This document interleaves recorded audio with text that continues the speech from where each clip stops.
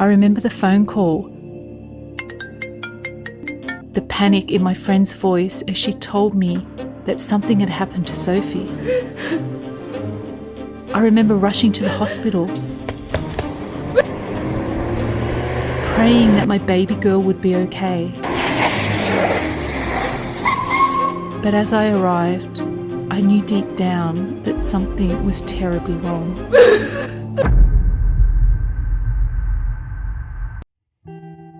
Sophie. As Sophie's mother, my heart aches every single day. I never imagined that I would have to say goodbye to my precious child so soon.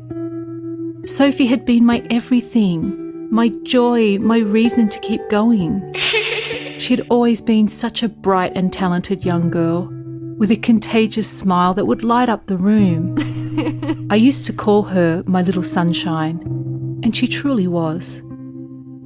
But over the past few months, I watched as Sophie's light started to dim. Her struggles with depression and bipolar disorder had become more and more apparent, and it had become increasingly difficult for her to cope with life's challenges. As her mother, I tried to be there for her as much as I could. I listened to her when she needed to talk.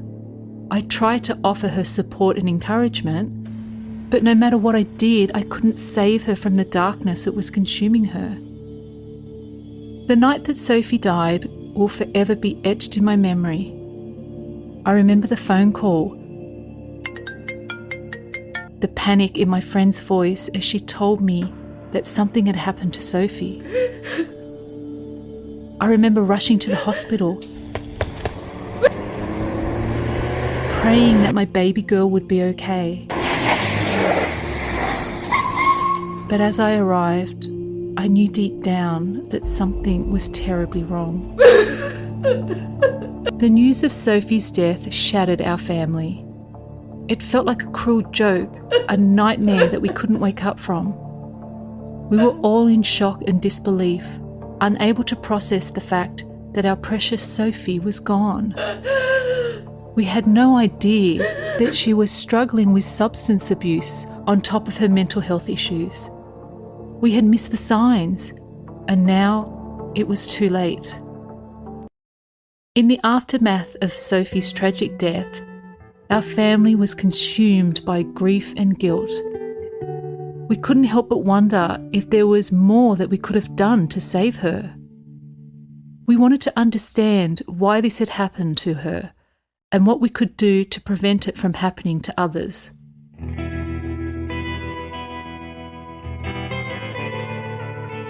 Sophie's story became a cautionary tale about the dangers of substance abuse, particularly when combined with mental illness. Our family realised that we needed to do more to raise awareness about these issues and provide support to those who were struggling. We started to speak out about our experience, hoping that our pain could help others. Starting the foundation in Sophie's name was both a tribute to her memory and a way to try and make a positive difference in the world. We wanted to ensure that no other family had to go through the same pain and heartache we had experienced. The Foundation's mission was to raise awareness about the dangers of substance abuse and mental illness, and to provide resources and support to those who were struggling. We wanted to make sure that no other family had to go through what we went through. But even with all our efforts, I still can't shake the feeling that I failed my little girl. It's my job to protect her and keep her safe, and yet I couldn't save her from the demons that plagued her. I wish I'd done more to help Sophie.